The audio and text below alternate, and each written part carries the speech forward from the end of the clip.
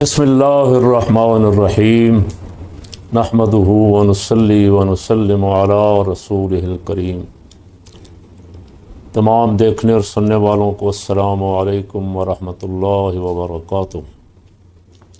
اللہ پاک حضور سید عالم صلی اللہ علیہ وسلم کی ساری امت کی خیر فرمائے۔ اللہ کا لاکھ لاکھ شکر ہے کہ عاشورہ محرم الحرام خیر و عافیت کے ساتھ گزر گیا۔ دشمن نظریں لگا کے بیٹھا ہوتا ہے کہ پاکستان میں امن و امان کو خراب کیا جائے، لیکن جب عوام نیت کر لیں کہ ہم نے اپنے مسلک پہ رہنا ہے، کسی کے مسلک کچھ کہنا نہیں، اور اپنے ملک میں اپنے وطن عزیز میں امن و امان قائم رکھنا ہے، تو پھر عوام کے اتحاد کو کوئی شکست نہیں دے سکتا۔ لیکن بدقسمتی ہے، یہاں کچھ جواد نقوی بھی بیٹھے ہوئے جو بظاہر اتحاد امت کا نقاب اوڑھ کے بیٹھے ہیں، اور ہمارے بہت سارے صلح جو آدمی صلح کے علمبردار ٹھیکیدار اتحاد امت کے، وہ اسے پتہ نہیں آیت اللہ کے کون کون سے لقب دیتے پھرتے ہیں، اور اس نے پوری کوشش کی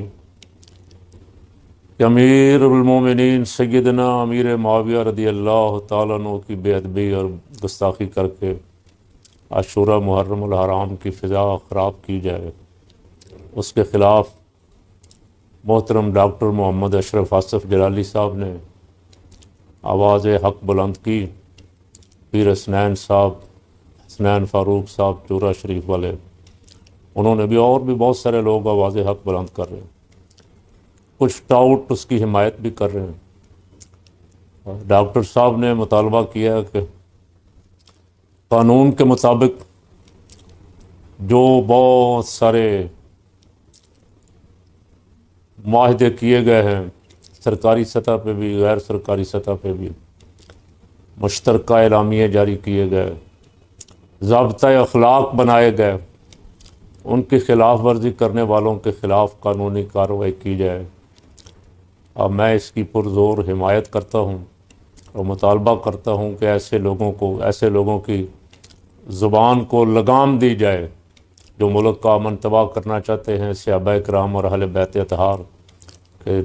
کے بارے میں غلط فہمیاں پھیلا کے، کہاں صحابہ کرام، کہاں اہل بیت، اور ہماری اوقات کیا ہے کہ ہم ان پہ گفتگو کریں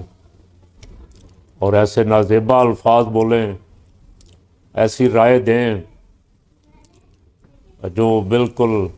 کسی صورت بھی قابل قبول نہیں ہے، کسی مسلک کو بھی قابل قبول نہیں۔ تو حکمرانوں کو چاہیے جو رات دن نمائش کرتے پھر رہے ہیں، اشتہار بازی کرتے پھر رہے ہیں، کہ وہ ایسے معاملات کو لٹکایا نہ کریں، قانونی کارروائی کر کے جو بندہ بھی اگر کوئی ہے تو اس کو کیفر کردار تک پہنچائیں، اگر نہیں ہے تو لوگوں کو بتائیں کہ بھائی اس نے تو کچھ نہیں کیا۔ پنجاب میں ایک ظالمانہ قانون بنایا جا رہا ہے، اس قانون کے تحت صحافی بہت سارے کہہ رہے ہیں کہ انگریز دور سے بھی بدتر غلامی کی صورت والا قانون بنایا جا رہا ہے۔ میری کسی بات کوئی اگر ناگوار گزرے کسی حکمران کو، وہ جب چاہے میرا اکاؤنٹ بند کر دیں، میرا موبائل بند کر دیں، میرا سوشل میڈیا اکاؤنٹ بند کر دیں، میرے پاؤں میں کڑا ڈال دیں، اور میری مرضی سے میں نہ کہیں جا سکوں نہ کہیں آ سکوں، میرا جینا حرام کر دیں۔ سنا کمیٹی سے یہ قانون پاس ہو گیا ہے اور اسمبلی میں پیش کیا جائے گا، اور اسے چٹ منگنی تے وٹ ویا، جس طرح یہاں قانون بنتے ہیں۔ ایک دفعہ پتہ نہیں نواز شریف کے دور میں 6 سے 7 منٹوں میں پتہ نہیں کوئی 50 کے قریب قانون پاس کر دیے تھے۔ پاس کرنے والے پڑھتے بھی نہیں، دیکھتے بھی نہیں۔ اب میں صرف مریم نواز صاحبہ اور ان کے حواریوں کو یہ ایک وارننگ ہی کہہ لیں دیتا ہوں کہ اب باری آپ کی آنے والی۔ آپ نے جو ظلم کرنا تھا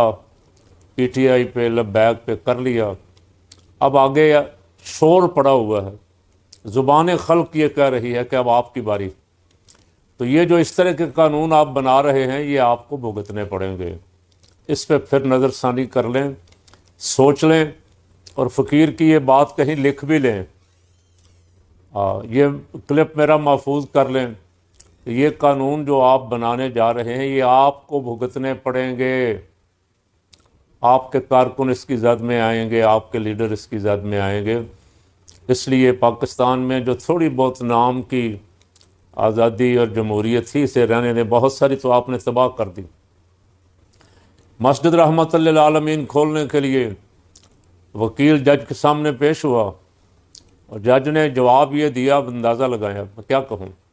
عدالت کے بارے میں کچھ کہیں گے تو کہیں گے یہ توہین عدالت ہو گئی۔ جج صاحب نے جواب دیا کہ مسجد رحمت للعالمین کے ارد گرد 38 مسجدیں اور بھی ہیں، آپ وہاں نماز پڑھ لیں۔ یہ نہیں پوچھا کیوں بند کی ہے، کیوں کھولی جائے، اتنے مہینوں سے مسجد کو بند رکھنا کتنا بڑا جرم ہے، یہ نہیں پوچھا، یہ کہہ کے پٹیشن خارج کر دی۔ اب میں نے سنا ہے کہ وکیل، کوئی بڑا وکیل کر کے سپریم کورٹ جا رہے ہیں، اللہ کرے کوئی سپریم کورٹ سن لے۔ سپریم کورٹ میں بھی آئینی بینچ بنا ہوا ہے اور آئینی بینچ کے فیصلے روز ہم دیکھ رہے ہیں۔ ایک ٹویٹ کرنے پہ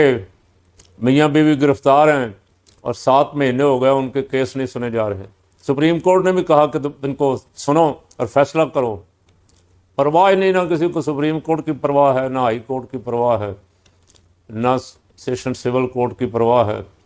ایک جیل کا سپرنٹینڈنٹ اڑا کے پرے مارتا ہے، وہ کہتا ہے میں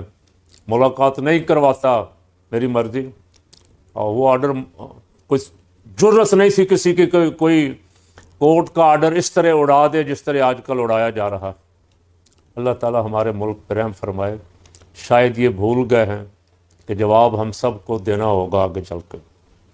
یہاں بھی دینا ہوگا،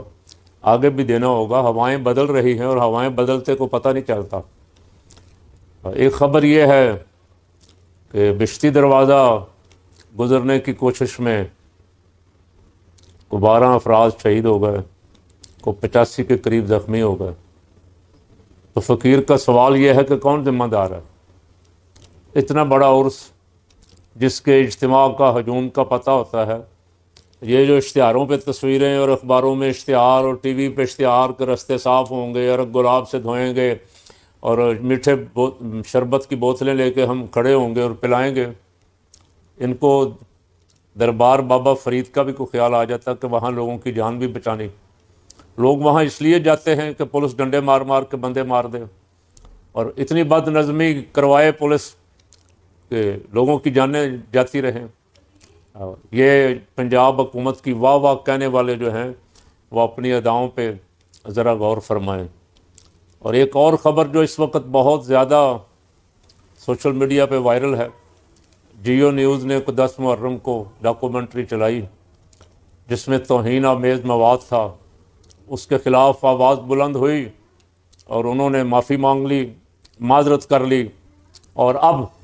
پیمرا نے 10 دن کے لیے چینل کو معطل کر دیا ہے، ان کا لائسنس معطل کر دیا ہے، نشریات روک دی ہیں۔ فقیر کا سوال یہ ہے کہ کیا صرف یہی سزا ہے گستاخی رسول کی یا بے ادبی کی یا توہین کی؟ کوئی بندہ تو ہے نا جس نے بھری ہے، جس نے چلائی ہے، جس نے ساری منصوبہ بندی کی ہے، اس کو تو میدان میں لائیں نا، تاکہ آئندہ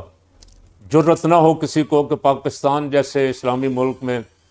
جس میں ناموس رسالت صلی اللہ علیہ وسلم پہ جانیں قربان کرنے والے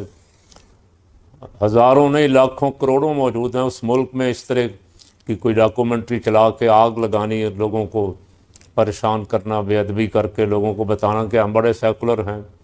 اور جو افراد ذمہ دار ہیں ان کو کٹہرے میں لایا جائے، یہ فقیر کا مطالبہ ہے۔